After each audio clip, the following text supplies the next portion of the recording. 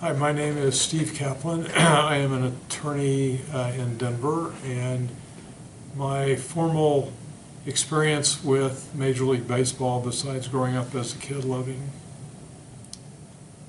the Brooklyn Dodgers and Jackie Robinson, was in my capacity as city attorney during the Pena administration. And that's a time when Major League Baseball seemed to be opening the door ever so slightly to expansion. And so the Baseball Commission was created, and I remember helping to try and get funding for the Baseball Commission from corporations and individuals. And there were a lot of people in Denver who were involved, and this was in 1983. I don't know, Yeah. about then, Yep. about then. And a lot of people had spent a lot of time already working on this. There were old timers games and efforts to try and demonstrate expressions of interest in demonstrating there was a sufficient fan base here.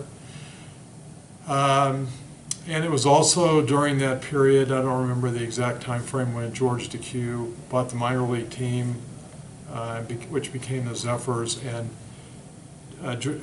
he was trying to position both Denver and I think himself to be actively involved in baseball. But some of and I'm sure you have other people who have told some of these stories, but there was a time when the commissioner, then Commissioner Peter Uberoth, asked several cities to come to New York to present to ownership and to the commissioner. And I remember that Mayor Pena, Steve Kadish, who was with the Baseball Commission, George DeCue, John DeCue. I said George, but I meant John.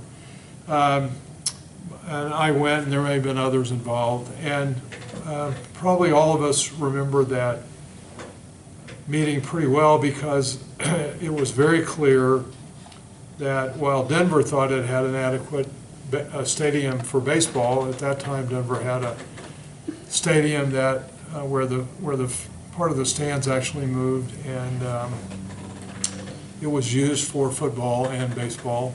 It was very clear that Denver was going to have to build a new baseball stadium. And it was also very clear that the commissioner, at least, didn't think John DeCue was the right owner.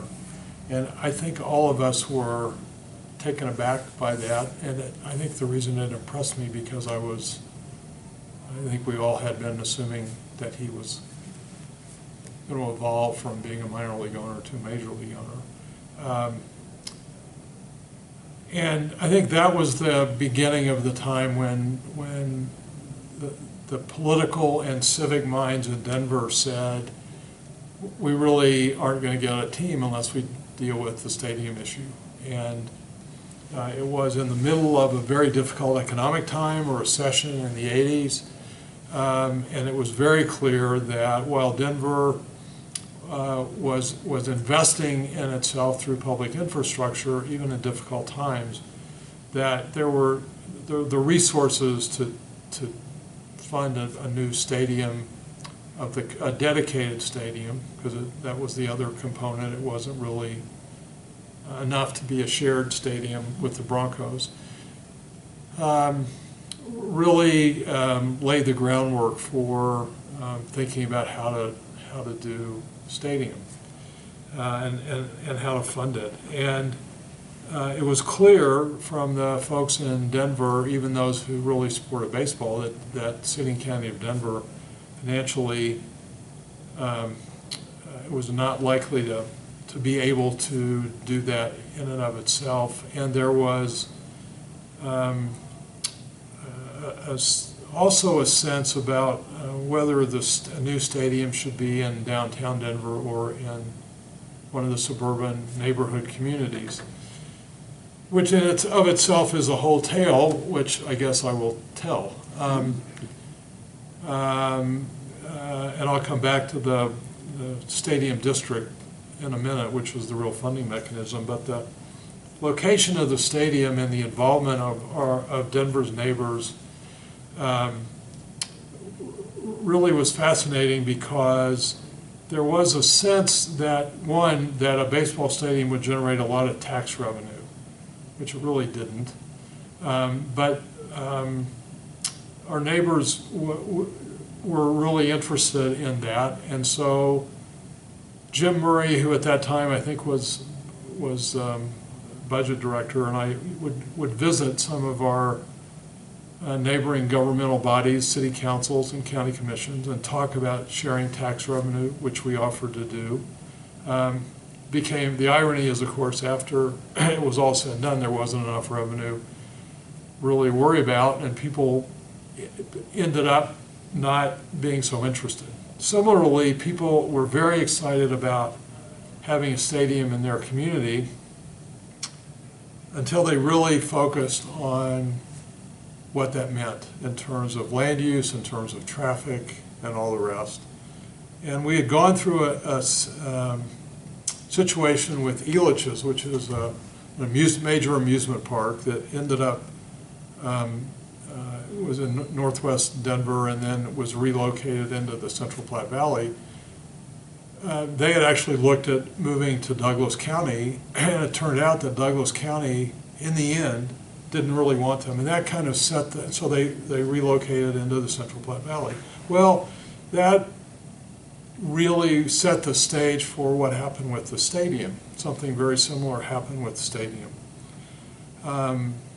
And the process for the stadium, a selection process was created.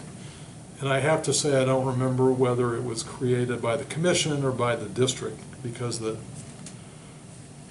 there's a sequence there, and I can't remember which came first, but there was a process created, a formal process, so that every community would have a shot. And there was a $100,000 fee per site, so that the site could be studied and evaluated. Denver submitted 3 sites, and I have to say this was one of the classic times when I was wrong, just flat wrong, because I really wanted the site next to Bronco Stadium for shared parking, and those people who were smarter and wiser really understood what it meant to have the stadium in downtown and what that would mean for community generally and for access, and fortunately that prevailed. But in the end, the irony of all this, so there was a formal process set up, and not one suburban community submitted a site for consideration, which again was, it turned out great, I think, for everybody, but the process was viewed as fair and open,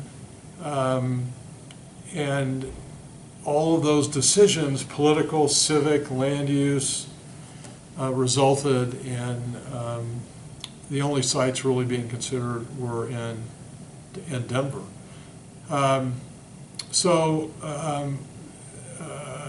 Denver didn't have a lot of money, so out of my city attorney budget, I had extra money, and Liz Orr, who then was working on budget, agreed to let us use my extra money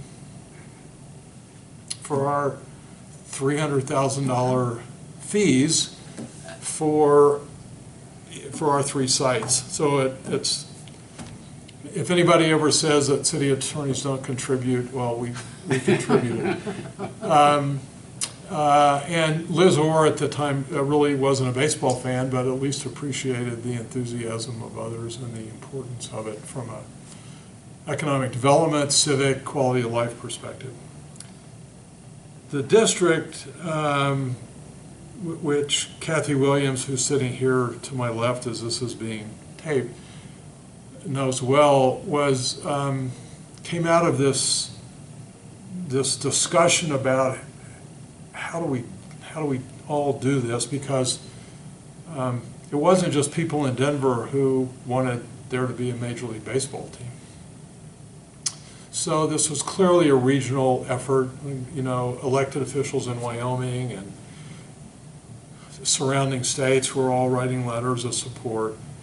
But we needed a mechanism, and as I said earlier, Denver didn't really have the resources to do this on its own. So this notion of a metro district baseball stadium being created by the legislature, requiring a vote in the respective participating counties, came to be. And there was a lot of dynamic tension between Denver. Denver really wanted the stadium to be in Denver for lots of different reasons. Folks who didn't live in Denver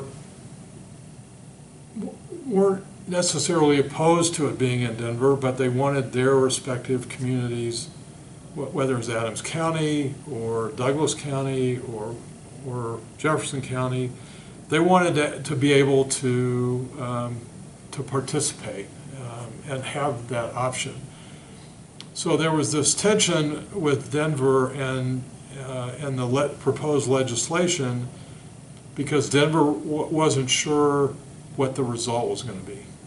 And so there was this issue of balancing the realization that we needed a funding mechanism and really a governing mechanism, and Denver not being comfortable with what was going to be the result, and maybe the stadium wouldn't be in Denver. The result was, for all of this, that everybody came together and the legislature, in a very, I don't want to say unexpected, that's not the right word, but it was not an easy task for people like Kathy Williams and others in the legislature to talk about doing this. It involved a potential tax increase, it involved regional cooperation, it involved a new governance entity, it was a pretty major undertaking politically to get this done, but it got done.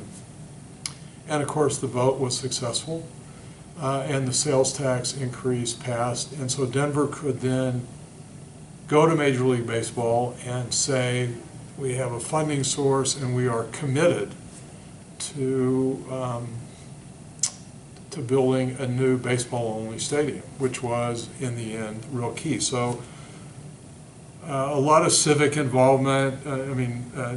Neil Macy, there were just so many people who were involved because it was a labor of love. So as I said, the site selection kind of went forward, and in the end, the downtown stadium site was selected. There was a funding plan. Then we had to get an owner because it, as I mentioned earlier, a lot to, I think, people's surprise, Major League Baseball seemed to believe that our local ownership didn't have the resources to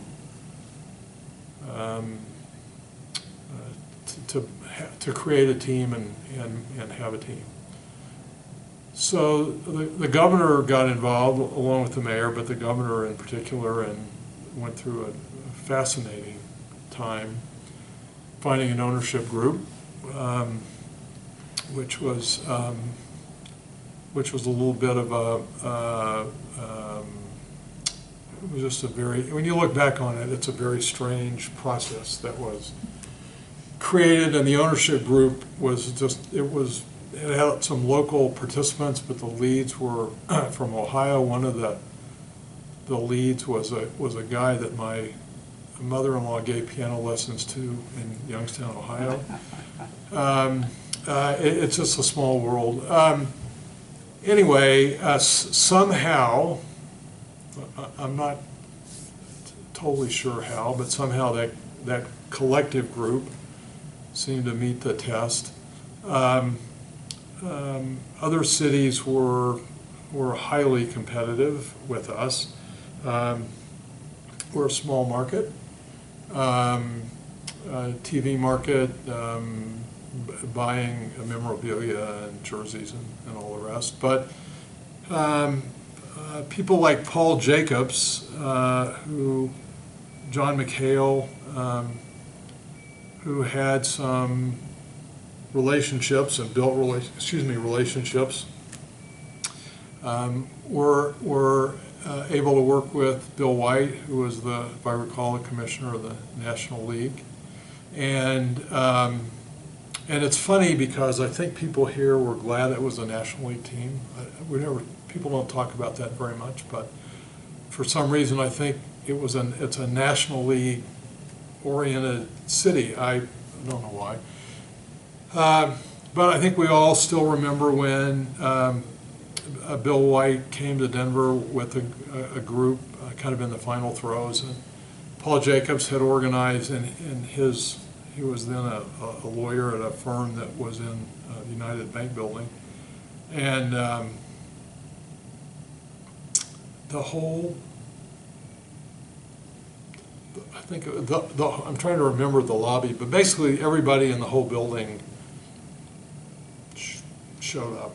So I'm sure everybody who was there told the story in their respective videos, but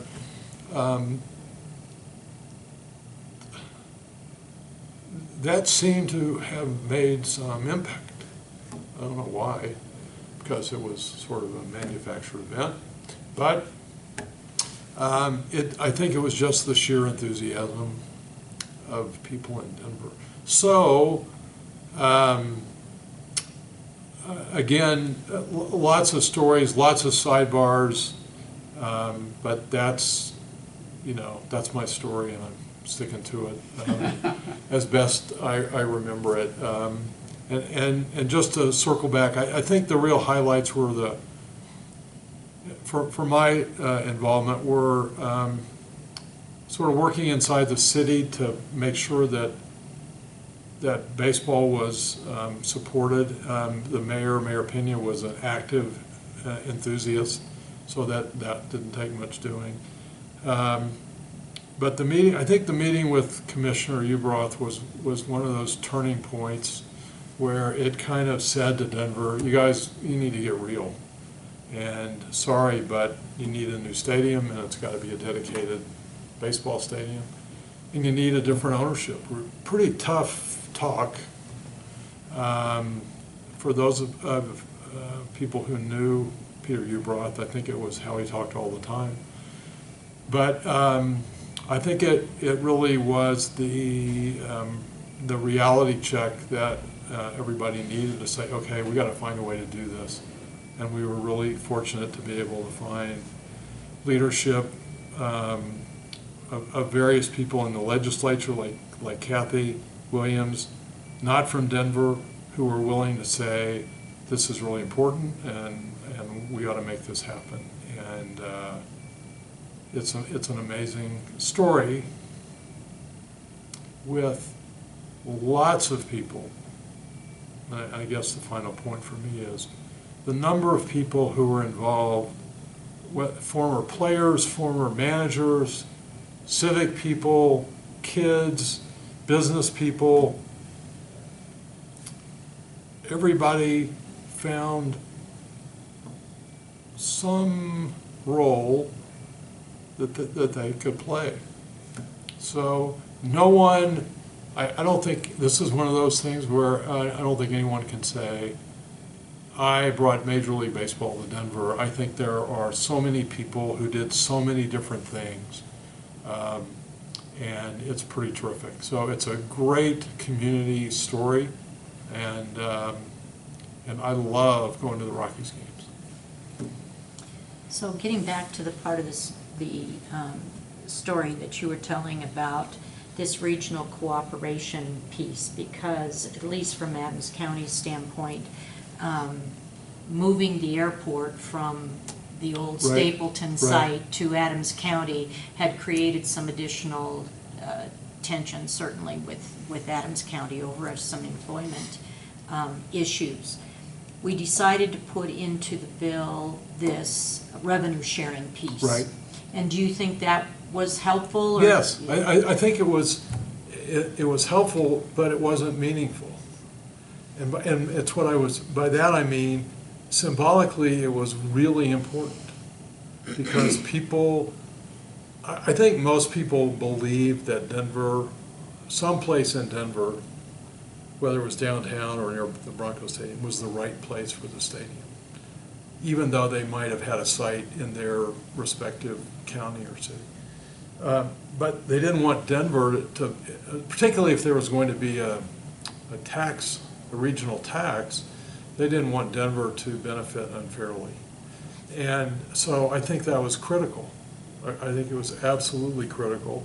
As I said, the amount of money involved wasn't significant because there's not a lot of tax revenue from concessions and, memorabilia, but I think Denver was, in the end, very comfortable in sharing, and I think Denver's view and the community view generally was we're all in this together, and that took a lot of time for people to get there.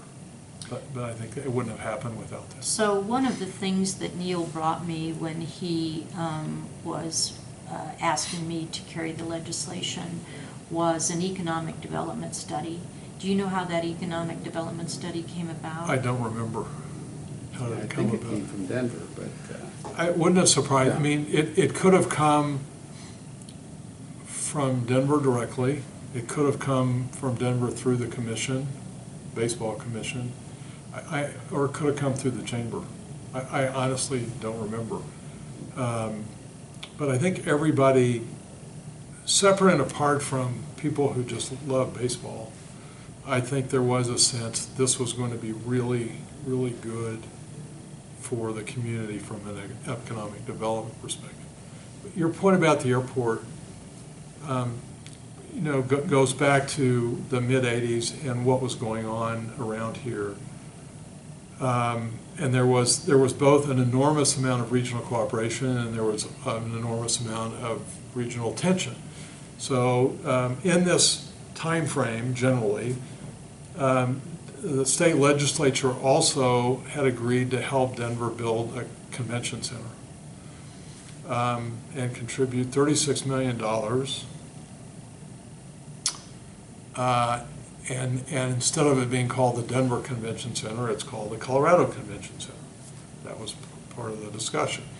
And that, I remember that economic development study, which talked about convention goers coming to Denver, but also spending time in, whether it was the mountains or hunting or fishing or in other parts of the state and contributing not just to Denver's benefit, but statewide. And I think a similar thing was done with baseball. But it was, if you step back and look at the 1980s in terms of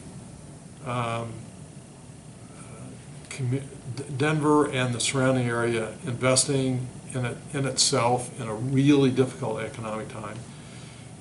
If you look at people overcoming years, decades of kind of regional antagonism to work on things like baseball and the airport,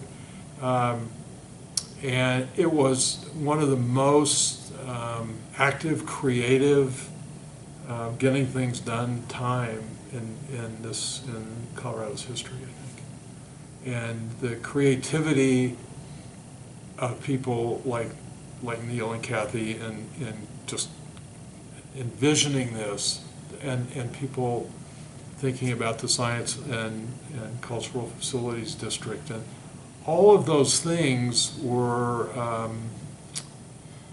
the fact that all of the surrounding communities are willing to do all these things. It's still remarkable. It's still remarkable the legislature passed the stadium district. It's remarkable that they contributed to the convention center.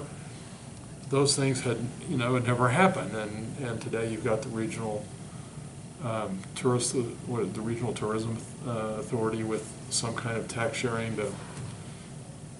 We've come a long way. So. Yeah, well, in the legislature, it was, there were different people on different sides of the aisle, and some were for it and some were against it. Oh, yeah. We had problems with some of the Denver people, and I believe you were involved in helping get some of those people back into the boat. Well, and there were, I'm trying to remember some of the folks. I remember Paul Powers. Am I remembering that right? Yeah, I mean, the fault lines were very different from a traditional piece of legislation. And there was, the irony, of course, is that there was as much as Adams County, for example, distrusted Denver, there were a lot of people in Denver who shared that in a mirror image. And so it was like trying to be a broker. And Mayor Pena deserves an enormous amount of credit here, both for the airport and this, and just, sort of setting the table for regional cooperation that has lasted to this day. I mean, if you look at the stadium district that became the football stadium district, and you look at RTD and fast tracks and all of those pieces, which are really hard, and which other communities around the country look at Denver and the metro area and say, how do you all do this? I mean, I think it started back in the 80s. Yeah, Federico was telling us how he still gets invited today to go to other cities to talk about it, how it all happened. Right. Now, we've been collectively very fortunate because the political leadership in the counties around Denver and the mayors that Denver has elected have continued to build, collectively on this regional vision and regional cooperation. And it's made a huge difference in the economic vitality of the area and the quality of life. I mean, we are still a relatively small market, and we have all the major sports teams. We've got great art museums. I mean, you just go on and on and on, and it's well above what we might have in other comparable communities, and it's because of this foundational cooperation that was laid a long time ago. So, talking about that regional cooperation piece and the investment that Denver was making from a long historical perspective of trying to get a Major League Baseball team to Denver, what kind of worrisome scenario did Denver have? I know that one of the major sports writers wrote an article that basically said, this is out of Denver's hands, it's going to get screwed up, and then Denver will never get an expansion team. Right. Well, we would go. I remember going to Chicago, look at their new. We would do trips to look at different stadiums, but there were plenty of things that could have gone wrong. The ownership situation was one that really was out of our control. I mean, people tried to facilitate it and encourage and all that, but you can't make somebody with those kinds of financial assets that were required wanting to invest here. So I think the ownership situation was one that we were all really, really concerned about because we didn't have any control over it, and the people who were interested in participating didn't have the requisite level of finances or weren't willing to commit the requisite level of finances. And part of that was because we were in economic depression at that point. That's right.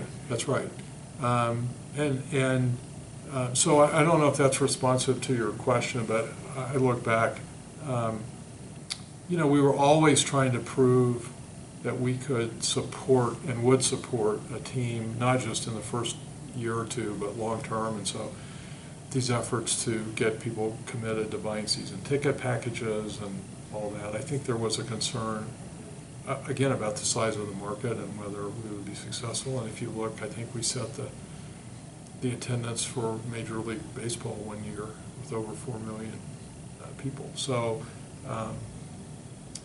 and there, you just never know.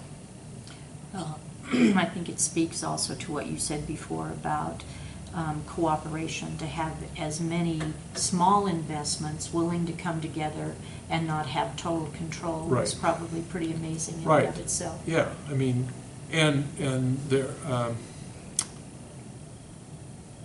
I'm trying to remember that there was, so you had the Montforts, you had the Colorado with the little piece.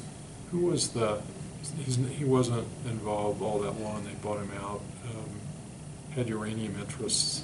Warren Benton. Warren Benton, Yeah. Kerry Trash, Yeah, I mean, Colorado. Yeah, I mean, so you had, and then you had court. I mean, I still think it's sort of funny because of how the courts thing played out this year with when the naming of the stadium. They got a great deal, but I tell people to this day they got a great deal, but they were critical. I mean, it was again another indication of support. It kind of branded. It gave some character to what Denver was doing,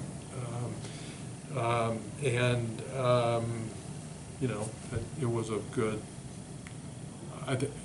It was difficult when they had to figure out how they're going to, do the maintenance and so on going forward. But if you go back in time, to get that name with that money was really important. So it was a relatively small piece, but it was psychologically it was a really big piece, I think. So do you have any final thoughts? No, I mean there are multiple levels here. One is this foundation and history of regional cooperation, which has just served us all really well, and which to, I think, elected leaders around the whole region deserve enormous credit, not just for what happened with baseball in the district, but all the things that have happened since, and for all the ups and downs and bumps along the way. It's been pretty remarkable. And then we've got Major League Baseball, and we've had it now for a long time, and I can take my grandson to it. That's great. There's nothing better. So that's the best place to stop, I think. That's great. Very, very Thank good. you very much. Steve, thanks.